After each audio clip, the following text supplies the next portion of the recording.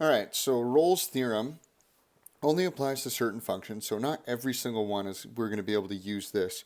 Remember, my biggest steps here is that Rolle's theorem, one, it has to be continuous on the interval AB. It has to be, number two, differentiable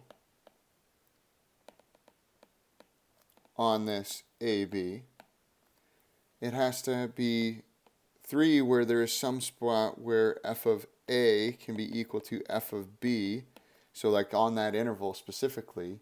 And if all 3 of those things are true, then we can say f prime of some C is equal to 0. But all 3 of those have to be true first. So if I'm looking at this function here, f of x equals 3 minus the absolute value of x minus 3, hopefully just the absolute value is enough for you to say, okay, this isn't going to work because it is not differentiable. So it is continuous, but as soon as we look at the differentiable part, it's going to look something like this at some point. We're going to have this area that is not differentiable. All right, so the same 3 things need to be true for Rolle's theorem to apply. So when I'm looking at the cotangent, I'm first going to look at, is it continuous? Well, if I just give like a quick graph of what the cotangent would look like,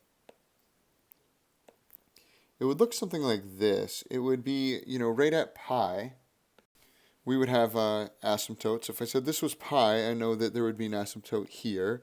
At 0, there's an asymptote, and then at 2 pi, there's an asymptote. And what the function looks like is like this. It's going to cross right in the middle. It's going to look like that. So if I do divided by 2, what that means is that there's some range. The range where it's, having this happen is expanding.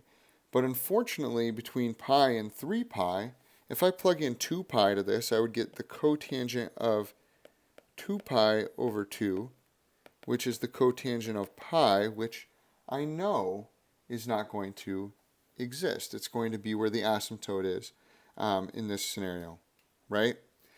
So this one is not continuous, so therefore it does not work.